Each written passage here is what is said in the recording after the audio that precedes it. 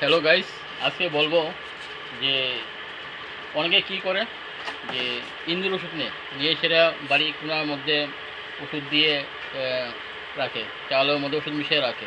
তারপর ইন্দুর কি করে এসে খেয়ে মরে যায়।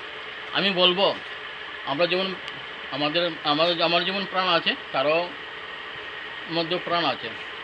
তো আমি বলবো আজকে যে আপনারা যারা বাড়িঘরের মধ্যে ওষুধ দেয় ইন্দুর মারার জন্য, তারা যাতে যাতে এই জিনিসটা নিয়ে ঘরের মধ্যে খাবার কিছু দিয়ে রাখে, ধরতে পারবে।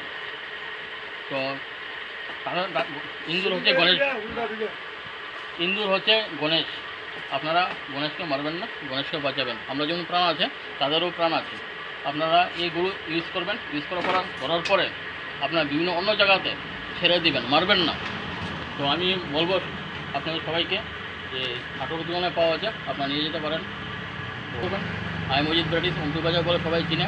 তো দেখেন কি গরমের মধ্যে প্রচণ্ড, তারপর আমি আপনাদের সব পাশে আছি, সাথে আছি। ভালো থাকবেন, সুস্থ থাকবেন।